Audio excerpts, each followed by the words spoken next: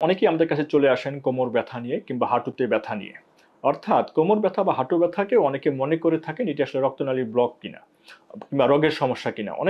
আসুন আমরা জেনে নেই কিভাবে আমরা বুঝতে পারবো যে আসলে আমার পায়ের রক্তনালীটি ব্লক হয়েছে কিনা। যখন আপনি হাঁটতে শুরু করবেন, হাঁটতে শুরু করার কিছুক্ষণ পরেই যদি আস্তে আস্তে পায়ে ব্যথা শুরু হয়, বিশেষ করে হাঁটুর নিচের মাংসে যদি ব্যথা করে, তাহলে আপনি চিন্তা করতে পারেন যে এখানে আপনার পায়ের রক্তনালী ব্লক থাকতে পারে। পায়ের রক্তনালীতে ব্লক আছে কিনা বুঝতে হলে আমরা যেটিকে প্রথমেই জিজ্ঞেস করি যে আপনার হাঁটতে গেলে কোনো অসুবিধা হয় কিনা।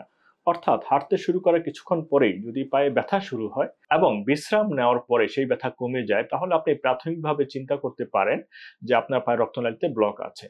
অনেকেই আমাদের কাছে এসে বলেন যে আমার হাঁটুতে ব্যথা করছে। সাধারণভাবে হাঁটুর ব্যথাটিকে আমরা আর্থ্রাইটিস বা জয়েন্টের সমস্যা হিসেবে চিন্তা করে থাকি। অর্থাৎ সকল হাঁটুর ব্যথাই কিন্তু রক্তনালী ব্লকের কারণে হয় না। কখনো কখনো ক্ষেত্র বিশেষে একই সাথে আর্থ্রাইটিস বা হাঁটুর জয়েন্টের ব্যথা এবং রক্তনালী ব্লকের সমস্যাও থাকতে পারে।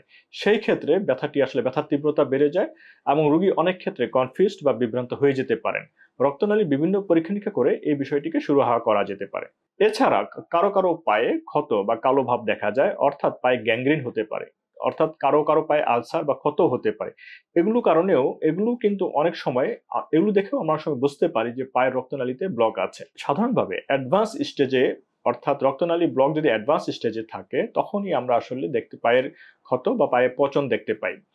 পায়ে পচন বা ক্ষত দেখা গেলে দ্রুত চিকিৎসকের শরণাপন্ন হয়ে রোগটিকে নিরূপণ করা প্রয়োজন এবং যেখানে ব্লক হয়েছে সেই জায়গাটিকে উপশম করা প্রয়োজন, অর্থাৎ রক্তনালী চালু করা প্রয়োজন।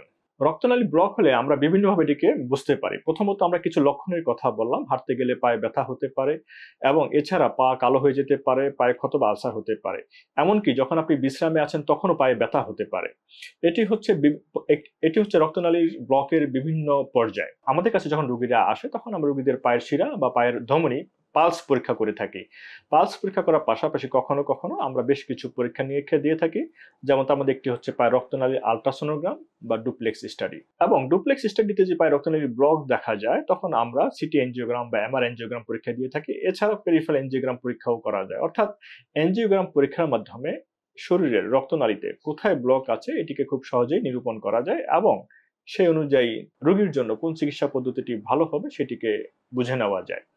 এভাবেই আমরা এভাবেই আপনার শরীরে রক্তনালীর ব্লক আছে কিনা এই বিষয়টিকে আপনি বুঝে নিতে পারেন এবং পরবর্তী করণীয় নির্ধারণ করতে পারেন। ধন্যবাদ। আসসালামু আলাইকুম।